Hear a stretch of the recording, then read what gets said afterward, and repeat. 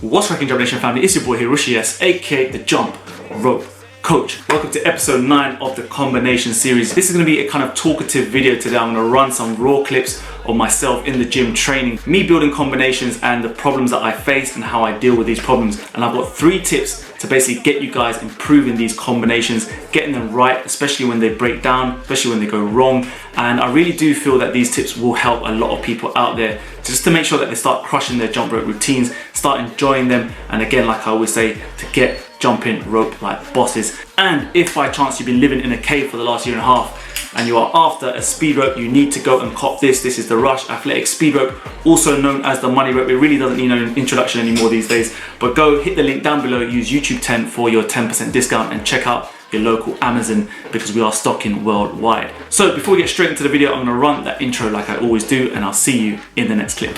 Peace.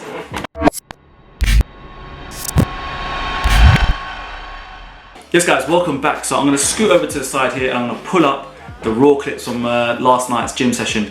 And the reason for this video is because I learned a lot about how my brain really works when it comes to building combinations, and I just want to share this with you. And again, like I said, these tips may not help you, but they certainly do help me. And the combination was just breaking down. It was breaking down all night, and what I was trying to do was trying to incorporate this new move that I learned about 3-4 months ago, which is the double under, how to call it? It's a double under crossover with a squat jump. And I wanted to incorporate this in a combination that I've been building for the last kind of 6-7 weeks now. The thing about this is that I did my freestyle kind of practice and training after my workout, so my legs were already dead, which didn't help. But there are 3 things that are going to come out of this video that I'm going to basically share with you, and they are super key. Right, number 1 is literally be hard on yourself, guys. Like, this sounds weird and it doesn't work for everyone, I would imagine, but for myself, I really am hard on myself. I'm really hard on myself on everything when it comes to life. If I don't do something really well, or if I'm not good at something, I am hard on myself. There is a caveat to this though, guys, is that you're gonna see me getting frustrated here, and at the same time, I'm just being hard on myself. I'm just expecting a lot more better. And this just seems like a kind of cliche, kind of drill tip advice, and you might be like, yo bro, this is like standard shit. But I see so many people who are ready to quit, not hard enough on themselves, and they're just like, oh, this is too difficult for me. Like, I was not made for this. This is not for me. Yeah, that's why I can't do it. Be hard on yourself, guys. Don't go to the point where you're just too hard on yourself and you lose that focus and you get super stressed with yourself and you just kind of lose your mind.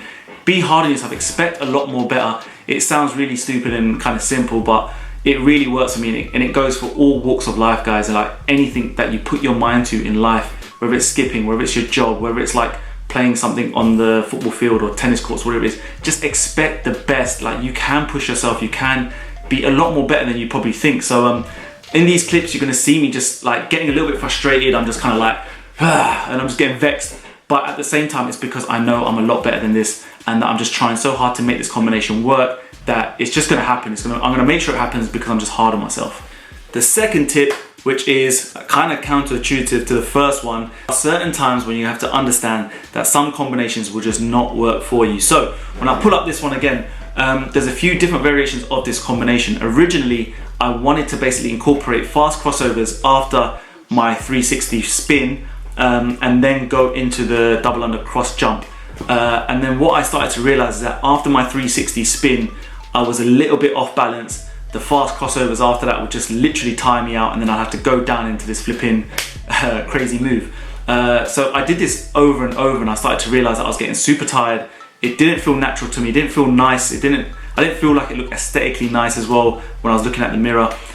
So in the end, I just changed the transition. I changed the combination up, and that's the kind of tip that I want to kind of share with you guys, that you're going to keep doing something, you're going to keep messing up, and yeah, I want you to keep going. I want you to really nail it. I want you to really push yourself, like I said in kind of tip number 1, but at the second time, have that kind of nous, that ability to recognize that sometimes you might just need to switch a few moves up.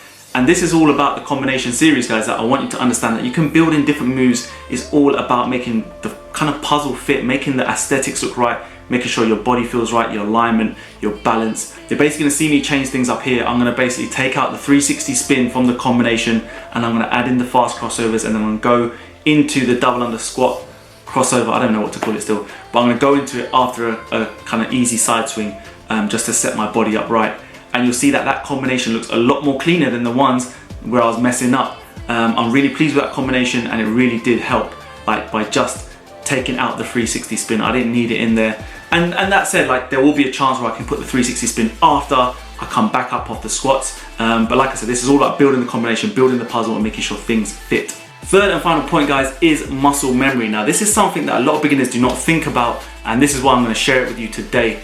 Whilst I basically build my combinations, whilst I practice in the gym over and over again, you'll notice that I tend to piece together the same kind of moves one after the other, simply because to perfect this move, my body literally just goes into the action without even me thinking. So yesterday's training was all about trying to piece in this new double under cross squat move. It's such a long word, but yeah, and that's where my muscle memory needs to kick in, because everything before the combination, before I add in this new move, my body just goes like through it naturally. I know when I do my running crossovers, I'm going to then go into 2 double unders, maybe 3 double unders, and then I'm going to go into double under crossovers maybe 3 times.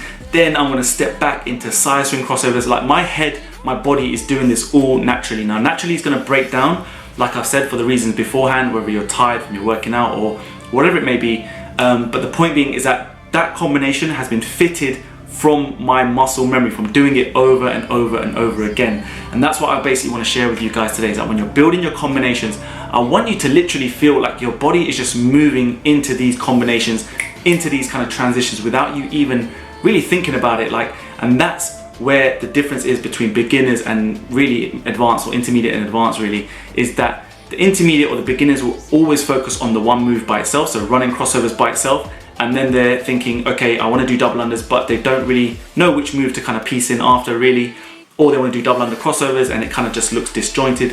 Whereas with myself in particular, what I want to share with you, like I said, is that if you practice and practice the same steps, treat it like a dance routine, treat it like literally like you need to be able to do it without your eyes closed, without your body thinking, without your mind thinking. Like, if you can get it to that level where it happens naturally, then you're well on your way, guys, to building incredible combinations that look slick, smooth, and make you godlike. So guys, that was my final point.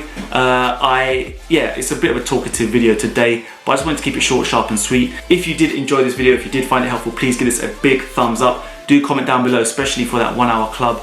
And yeah, we're going to continue with this transition series. We're going to definitely go into all my combinations, all the breakdowns. So be sure to check it, subscribe if you haven't already, and I'm going to see you in the next one. Until then, take care of yourself, skip the treadmill, stay safe. Peace.